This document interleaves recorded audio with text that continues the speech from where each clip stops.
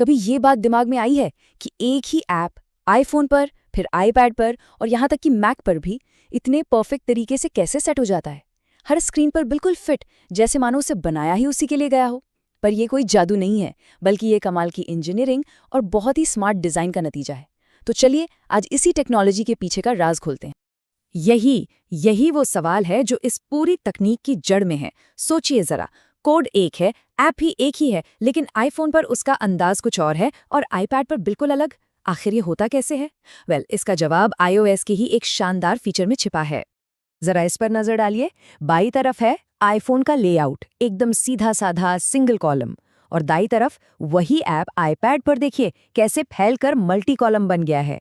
ये जो बदलाव है ना, ये अपने आप होता है, और यही वो जादू है जिसकी गुत्थी आज हम सुलझाने वाले हैं। तो इस जादू के पीछे का राज आखिर है क्या? इसे कहते हैं अडैप्टिव डिजाइन। ये एक ऐसा कमाल का सिद्धांत है जो ऐप्स को अपने माहौल के हिसाब से अपनी शक्ल बदलने की ताकत देता है। देखते हैं कि ये काम करता कैसे है। अगर टेक्निकल भाषा में बात करें तो इसे कहते हैं अडैप्टिव प्रेजेंटेशन। मतलब बहुत सीधा है। ऐप का इंटरफेस इतना स्मार्ट है कि वो पहचान लेता है कि वो किस डिवाइस पर चल रहा है, एक छोटे आईफोन पर या फिर एक बड़े आईपैड पर, और फिर अपने आप को उस स्क्रीन के लिए सबसे बेस्ट तरीके से पेश करता है। और डेवलपर्स के लिए इसका सबसे बड़ा फायदा क्या है? उन्हें हर डिवाइस के लिए अलग अलग ऐप बनाने की सिरदर्दी से छुटकारा मिल जाता है। एक बार कोड लिखो और वो कोड इतना स्मार्ट है कि हर एप्पल डिवाइस पर मक्खन की तरह चलता है। इससे न सिर्फ कीमती वक्त बचता है, बल्कि हम सबको हर डिवाइस पर एक जैसा बेहतरीन एक्सपीरियंस मिलता है। लेकिन सवाल ये है कि ऐप को ये सब पता कैसे चलता है कि स्क्रीन छोटी है या बड़ी? इसका जवाब है ट्रेट कलेक्शंस। यही वो खुफिया जानकारी है जो ऐप को अपने आसपास के माहौल को समझने में मदद करती है। इसे समझने का एक बहुत ही आसान तरीका है। मान लीजिए कि ट्रेट कलेक्शन ऐप के लिए एक रिपोर्ट कार्ड जैसा है।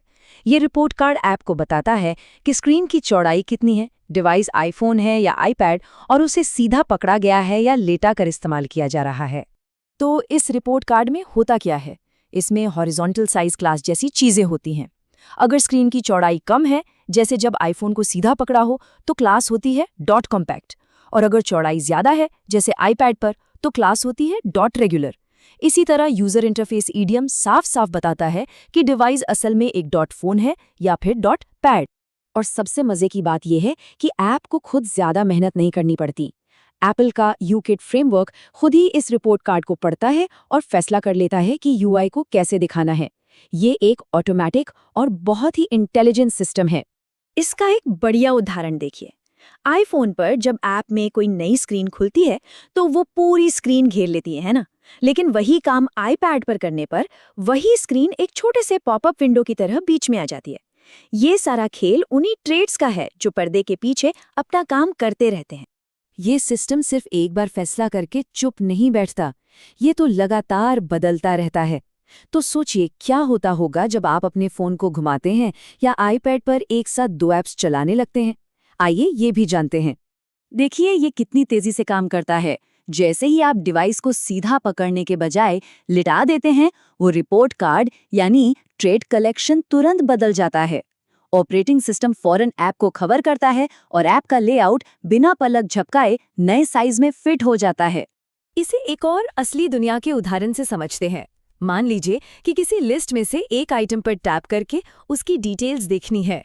आईफोन पर जिसकी चौड़ाई कम्पैक्ट है, जब किसी आइटम पर टैप करते हैं तो एक पूरी नई स्क्रीन खुलती है और पुरानी वाली को ढक लेती है। ये हम सबके लिए एक बहुत ही जाना पहचाना अनुभव है। लेकिन अब देखिए आईपैड पर क्या होता है। उसकी चौड़ाई है रेगुलर, इसलिए वही टैप करने पर डिटेल स्क्रीन लिस्ट के ठीक बगल में साइड बाय साइड खुल जाती है। मतलब मेन लिस्ट भी सामने है और डिटेल्स भी सामने। तो पॉइंट ये है, फीचर एक है, कोड भी एक ही है, लेकिन स्क्रीन के साइज और माहौल के हिसाब से प्रेजेंटेशन एकदम अलग और कहीं ज्यादा बेहतर है। यही तो है स्मार्ट और एफिशिएंट डिजाइन का असली कमाल। तो आखिर इन सब का मतलब क्या निकलता है? ये टेक्नोलॉजी डेवलपर्स और हम जैसे यूजर्स दोनों के लिए इतनी जरूरी क्यों है? चलिए इस बात को समझते हैं। तो कुल मिलाकर अडैप्टिव डिज़ाइन अपने आप बेस्ट इंटरफेस चुन लेता है। ये डिवाइस के साइज और उसके इस्तेमाल के तरीके की इज्जत करता है। ये डेवलपर्स के लिए डुप्लीकेट कोड लिखने का सिरदर्द बहुत कम कर देता है और सबसे बड़ी बात, हम सबको हर डिवाइस पर एक जैसा स्मूथ एक्सपीरियंस देता है। तो आज हमने देखा कि ऐप्स कैसे स्क्रीन्स के हिसाब से अपनी शक्ल बदल लेते हैं, पर यह हमें एक बहुत ही दिलचस्प सवाल पर लाकर छोड़ता है। भविष्य के इंटरफेस कैसे होंगे? क्या वो दिन दूर है जब ऐप्स सिर्फ स्क्रीन को नहीं, बल्कि हमारे मूड को, हम कहाँ हैं या हम क्या कर रहे हैं उसे समझकर खुद को बदलेंगे? सोचने वाली बात है ना?